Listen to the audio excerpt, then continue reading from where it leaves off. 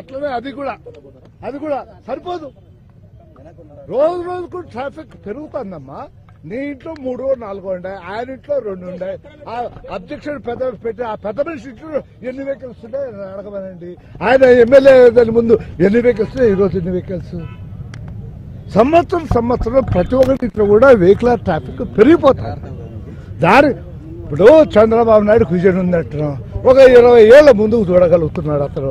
అందువల్ల అతను ముఖ్యమంత్రి కొనసాగుతున్నాడు. రేపు మళ్ళా ముఖ్యమంత్రి అవుతాడు. విజన్ లేనటువంటి వాళ్ళు పోతాడు, రాలిపోతాడు. అది ఇప్పుడే జరగదు. But I have already proposed for another 2 lanes కు పెంచాలని ప్రయత్నం చేయాలి. అది ఇప్పుడు కాదు. ఇప్పుడు రాజకీయాల్లో ఎవడు శాశ్వత కాదు, శాశ్వత ఫ్రెండ్లు కాదు. వాళ్ళ పరిస్థితులకు అనుగుణంగా జరుగుతూ ఉంటాయి. కలిసిపోతే ఏమవుతుంది?